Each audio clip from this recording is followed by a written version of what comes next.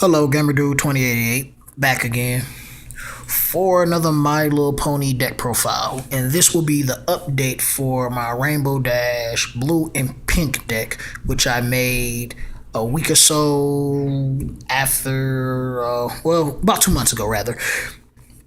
And of course, your main pony is Rainbow Dash, and I like to say one thing about Rainbow Dash is she's pretty interesting, and sometimes it's very difficult to flip her to get her boosted. I find myself actually winning games without even using Rainbow Dash at all. So when I do have her, it makes for the better. But anyway, let's get into the profile. Let's start off with 2 forest style. And yes, it's a yellow and a critter. But 4 style is very splashable, and I like playing 2 because it just gives that extra boost to all my characters when I need it. So I can have one on my problem and one on my opponent's problem if necessary. And then, I guess I kind of got this all messed up in order. And I play 3 yellow Parasprite. 3, and this card should be at 3 in every deck. There's no reason not to play 3 because who doesn't want their opponent to discard? 2 yellows, Parasprite lock early game. What can you really do? Then I play 1 brown Parasprite. Thinking of upping this, I just need to find room. And Azoto, I don't know how to pronounce this thing. I hear different pronunciations, but whatever. That 1 villain, that's cool. Now this is a good card, but this actually hurts this deck. Because to flip Rainbow Dash for a boosted, you need to confront a problem while you have a troublemaker. You can't confront a problem when a villain's on board. So this does kind of hurt, but it's so good because you can just lock out one problem and force the opponent to go to the other. So if you have the other under control, this one is kind of just hard to go up against. Your opponent has to set up just to take them out, and if you already have yourself set up after it's flipped, that next turn or 2 you can get yourself going and take down your opponent. And this is 5 troublemakers. I was playing 6, but I've been making some changes. I want to bump it up to 8 or so, just because playing Rainbow Dash, you need plenty of troublemakers, so you can be able to get her flipped early, because sometimes it just don't happen. You have to wait till late game. All right, moving on. Now I'll play 1 Berry Dreams. At first I was playing 3 just because all of the draw power. Then I had to realize there's so many different ways you can draw in this game, including just paying an action token. So I don't necessarily need her at 3. She's good at 1 because I can just splash her late game when I'm pushing for a game, or I'm pushing for a face off or something. I can just drop Berry Dreams and get that extra card when I need it. Okay, now 1 card I did add it and bumped up to 3. Apple Brown Betty. Pretty much set up all of your plays for your resources and your events and everything, so there's no reason to not to play this 3 for 3. Apple Brown Betty is an excellent card. Then I play, finally, 3 Pinkie Pie Responsibility Pie. Responsibility Pie is such an epic card. Like, just last week at my locos, I went 3-1, and I only went 3-1 because I came late and I had to take the bye. I took the bye and had to take a L from the bye. So pretty much I went undefeated. And this card put in the most work, and I only had 2 at the time. It was like after our tourney was over, then I traded a guy for one of the hollows that I have. These 2 are both hollow. Probably can't see it so well in my camera, but this card put in so much work. And if you don't know what it does, it's 4 for 2. You need 2 on board just to play it, and it says, when you play this card to a problem, dismiss an opponent's friend at that problem. So it's like your opponent can already be confronting, and you're still getting set up because his deck kind of works slow. So you kind of gotta like bank your tokens until you can really set up. And as soon as you drop Pinkie Pie, it just kind of throws your opponent off because you get to dismiss one of their friends. They could have had a three for three or 2 for 2 or something big. They could have something big already at that problem, and you just get rid of it, especially if it's a problem character. Then I have 2 old salt. I did had 3, but I just watched someone else's deck profile that made me play another card. This next card is coming up, but old salt is pretty good. I kind of like old salt because some of the guys at my locals that play pink use this old salt, and it's kind of hard to get around, especially if you don't have board yet. So it's like you need one extra of any color just to confront this card's problem. So it kind of hurts when you don't have it, and it's pretty helpful. It's like forcing your opponent just to have more. So I play 2 of these, and then 1 golden grape. I think I want to take the old salt probably down to 1 and play 2 golden grape instead. I never paid this card any attention. It's a 2 for 1, but it's so worth it if you get this card set up right. Especially if you can make early face-off and win. Because when you win and this card is evolved in that face-off, you get to search your deck for any character. Any character, so any of your friends. And you reveal it, put it in your hand, shuffle your deck.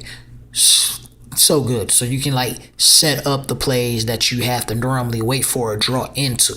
You can just go right into them because you have this search. And I didn't even realize that Pink even had a search. I need to start paying attention more to a lot of the other cards. But anyway, this is an excellent card. And then Lyra, Heartstrings, Bonafide. I play this over Big Top just so I can just get those extra draws, but I probably will play Big Top. But in the next deck I'm building with, I believe it's orange and pink, I'm probably going to have Applejack as the main. But so I can because I want to build a deck on pure discarding and dismissing my opponent's cards to keep them locked. So I'm probably going to play 2 Big Top in that or something. So this card probably won't be in that deck, but in this deck it is. And it's a 5 for 4. You need 3 on board to play. So yeah, it's a pretty hefty cost, but it's kind of worth it, especially with the 2 cards I have next.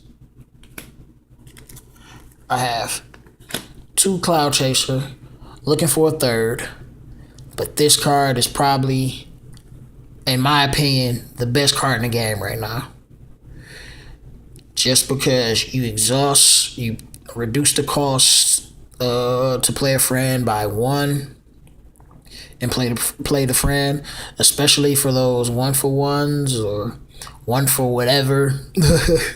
It's just an instant free drop when you exhaust.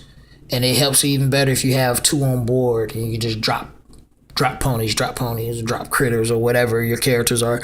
You can just drop them. And this card should be in every deck. 3 in every deck. Just because it's that good.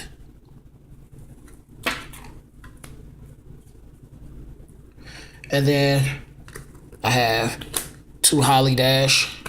And Holly Dash is definitely that. After I got myself established, drop Holly Dash just so I can pretty much push for game. Because once I get at least just 1 Holly Dash on board, it's kind of hard for my opponent to do much if I already have board. Because I just go for a double face off, and once I win, then I can just take Holly Dash, move her somewhere, bring a pony with her. Have if I had the second one, move that one, bring another pony with her or whatever, and it happens for free. So I can have four. I can be confronting two problems after a double face off quickly just with this card, especially if I have responsibility pie on board and Rainbow Dash already boosted. Then I have one Cerulean Sykes, or whatever how you pronounce it. It's a pretty okay card. I probably drop him for something else, but right now I'm playing him at one. Then I have one Jetstream, which is pretty cool too. It helps me a lot in face-offs. A 3-for-2, but it's worth it. Need one on board. Definitely in the face-off because it becomes a 4. Then Emerald Green, my 2-for-2, which is pretty good. And then my 3-for-2, you need 3 on board. Rainbow Dash, Winged Wonder.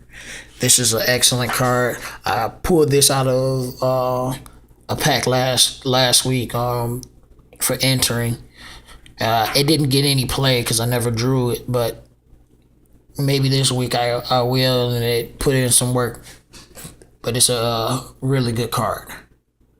Then I have the Pegasus Royal Guard, which is also pretty decent.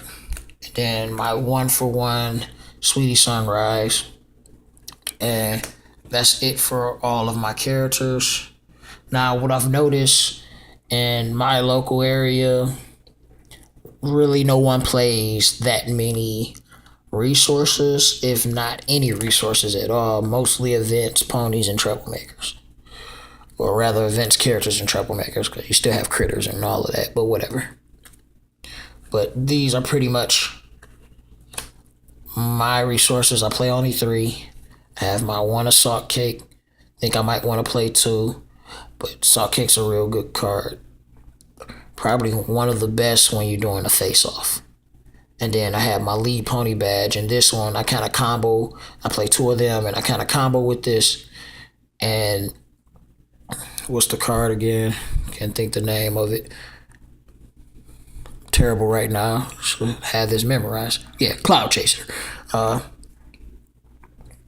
Kind of combo this with Cloud Chaser by exhausting another pony that bring in Cloud Chaser to ready position, exhaust Cloud Chaser, drop another pony. And it's usually once I just spent turns not doing anything, just setting up and banking all of my tokens. So I play 2 of those. I might take them out for more Assault Cakes or something else. I'm not sure yet. But for now, that's what I'm playing them at. Then let's move on to the events. Then I have 1 Undercover Adventure. Once Rainbow Dash is in the face-off, I drop this card, flip that additional card, make sure I win. Sometimes I have this in hand and never even have to use it because I end up winning anyway. But this is an excellent card just to have, just to make sure I win. Then I have 1 Gotta Go Fast, because moving characters is a must when you're playing blue. Then I have 1 What Went Wrong, just because sometimes I want to stop my opponent from getting that good card, getting that win. Sometimes I really don't even pull off anything with this card. Maybe I'll take this out for something else later, like the next card. I play 2. Here's Your Invitation. Probably bump that up to 3 and take out What Went Wrong or something. Either that or the next card, Downright Dangerous, which I play 2 of here too. Which dismissing ponies is a must in this deck. Just being able to dismiss my opponent's friends helps a lot. Especially if my opponent is already taking the lead, which generally that's how it goes for the most part, because it takes time for my deck to set up. And then I have 2. Let's get this party started. This is a terrible card in early game, even though drawing is cool, unless I just have that bad of a hand and I can play it, then it's probably good. But early game, I generally want to draw this card, or maybe have just one in hand, just so I can make that play later. But a lot of times I want to draw to this card, especially if my opponent drops Yellow Parasprite early. It's a terrible card to have, because then if I don't have the pink requirement, I want to get this card out of my hand as soon as possible. Then, Fears Must Be Face. This is excellent, but for some reason I always have the play for this card when I have Alexoto at a problem.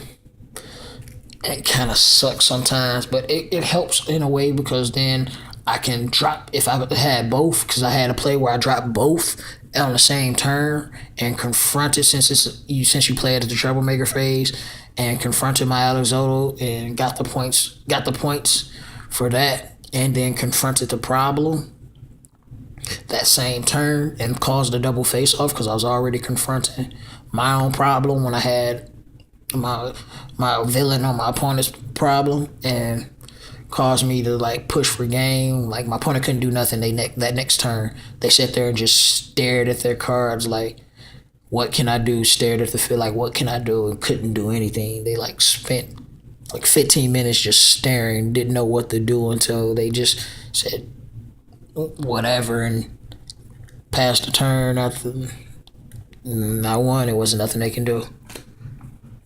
And then I play 3 Vision of the Future, because this card is excellent. It's like, as soon as that face off start, pay that 1, have that 2 pink on board, put it on top of the deck, bam, instant 5. That's why I kind of want to play more Assault Cakes, even though it's a 2 cost, you need 3 pink, drop a Brown Betty. This card's good, but you can play this at home, and when the face-off begins, you have the option of putting this card to the top of the deck, and it's a 6 rather than a 5, but it's still good. So I probably want to play another Assault Cake. I like to get the hollow one, the other one, but this one's fine for now. And I'm taking a lot of time, so let's move on finally to my problem cards. My starting problems: Special Delivery, which is not much, to Cloud Bursting. They're Looking for Trouble, a Twister. This one kind of never works for me. My opponent always get this one, get the little ability on there before I can, but I play 2 of them. And then Not Enough Pinkie Pies. This is probably my main draw card, especially if I can confront this problem before my opponent can. Then I get those 3 bonus points, and it's excellent during double face-offs, because I get that push for game with this.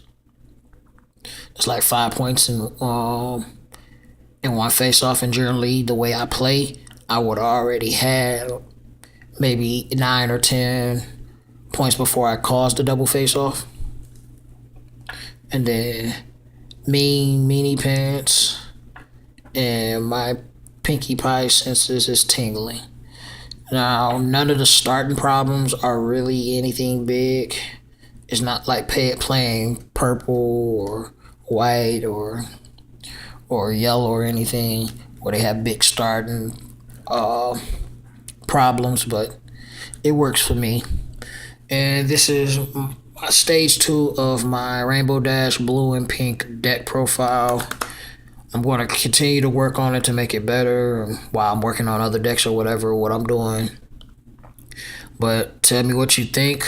Like, comment, and subscribe. And this gamer dude out saying, see you on my next video, possibly on more Ponies, Yu-Gi-Oh, or maybe even HeroClix. So I just start playing that. I'm out.